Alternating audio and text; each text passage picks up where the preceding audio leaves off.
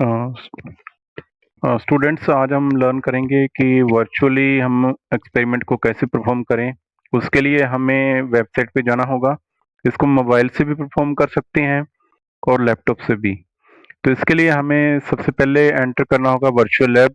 नहीं तो जिस एक्सपेरिमेंट को आप परफॉर्म करना चाहते हो उसको साथ में आप एंटर कर दीजिए। जैसे मान लो मैंने एक्सपेरिमेंट परफॉर्म करना है operational amplifier on virtual lab.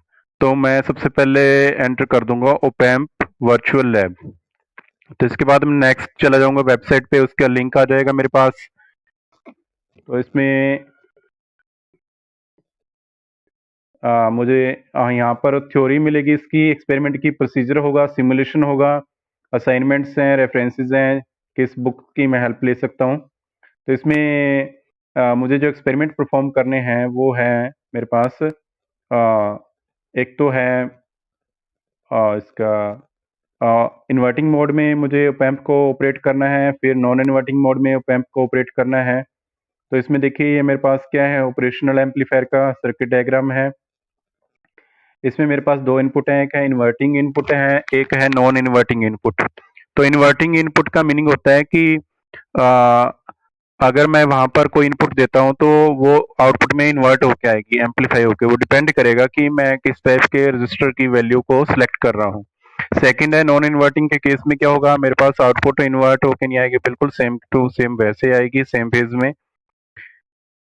अब इसमें इसका सर्किट डायग्राम कनेक्शन कैसे होंगे, यहाँ पर क्लोज्ड लूप गेन में देखिए मेरे पास इन्वर्टिंग में देखो मैं सप्लाई दूंगा, इनपुट में वोल्टेज दूंगा, और नॉन इन्वर्टिंग टर्मिनल को मैं ग्राउंड पे रखूंगा।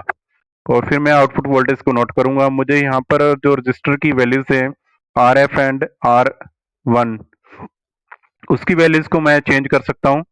तो आउटपुट मेरे पास क्या आएगी, मेरे पास जो आउटपुट आएगी इस केस में आएगी V output is equal to minus R F by R in into V in.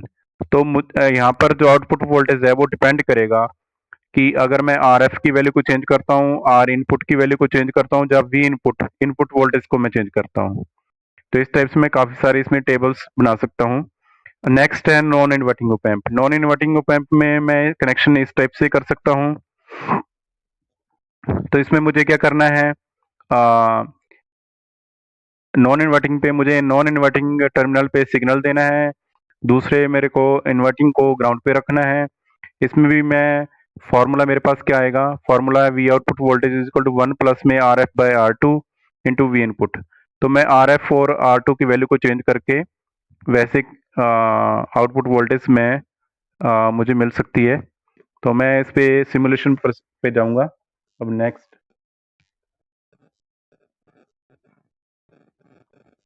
Simulation में सबसे पहले मेरे पास आ जाएगा, ये एक्सपेरिमेंट में परफॉर्म करूंगा तो पहले मैं कनेक्शन करूंगा।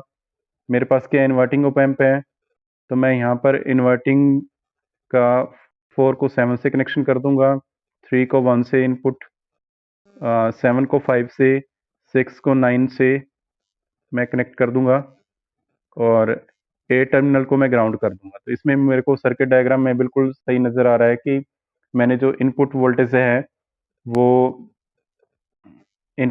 है वो मैंने इन्वर्टिंग टर्मिनल पे दी है। अब इसके बाद क्या, मैं आर वन की वैल्यू सिलेक्ट करूंगा, आर एफ की वैल्यू सिलेक्ट करूंगा। आर वन की वैल्यू मेरे पास क्या आ चुकी है, 17 आ चुकी है। आर एफ की वैल्यू क्या है, वो भी मैं 17 रख लेता हूँ। तो इसमें मुझे कोई प्रॉब्लम नहीं आएगी कैलकुलेशंस में। आपकी मर्जी, आप कोई भी वैल्यू सिलेक्ट कर सकते हो आर एफ और आर वन की। अब क्या है, मैं वी इनपुट मैंने क्या दिया है, 3 वोल्ट दी है, देखिए यहाँ पर 3 वोल्ट आ रहा है। तो आउटपुट मेरे पास क्या है, -3 वोल्ट, मीनिंग इन्वर्ट हो के आ चुका है मेरे पास -3।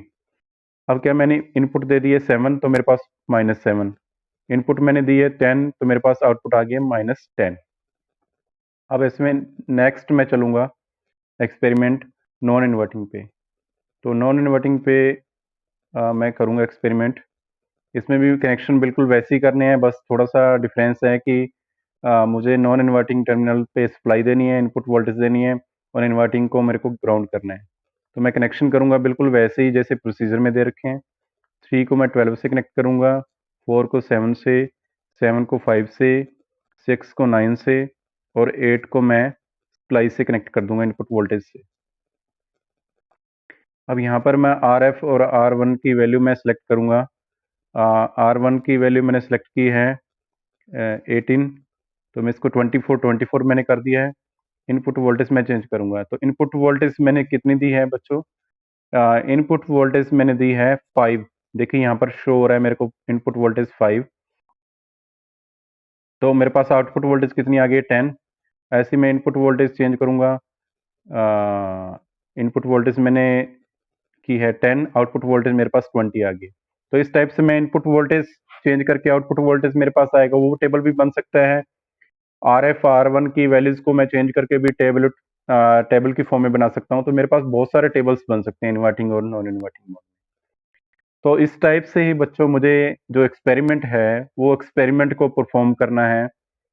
मुझे यहाँ पर दो टाइप के पार्ट है एक्सपेरिमेंट के, एक है इन्वर्टिंग मोड में, नॉन इन्वर्टिंग मोड में। बिल्कुल कनेक्शन बिल्कुल वैसे ही करने हैं इन्वर्टिंग में जैसे हैं, नॉन इन्वर्टिंग में भी वैसे ही कनेक्शन करने हैं। बस थोड़ा सा डिफरेंस ये है कि इन्वर्टिंग के केस में हमें इन्वर्टिंग पे इनपुट वोल्टेज देनी है, नॉन इन्वर्टिंग के केस में हमें नॉन इन्वर्टिंग टर्मिनल पे इनपुट वोल्टेज देनी है। तो बच्चों आपने इस टाइप से एक्सपेरिमेंट को परफॉर्म करना है।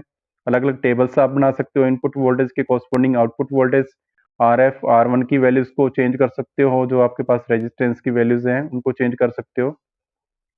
तो एक्सपेरिमेंट परफॉर्म करने से पहले आप थोड़ी सी थ्योरी पढ़ लीजिए, उसका प्रोसीजर क्या है। तो बिल्कुल इजी एक्सपेरिमेंट्स है। ओके स्टूडेंट्स, हम नेक्स्ट एक्सपेरिमेंट में फिर मिलेंगे इसके बाद। Operation amplifier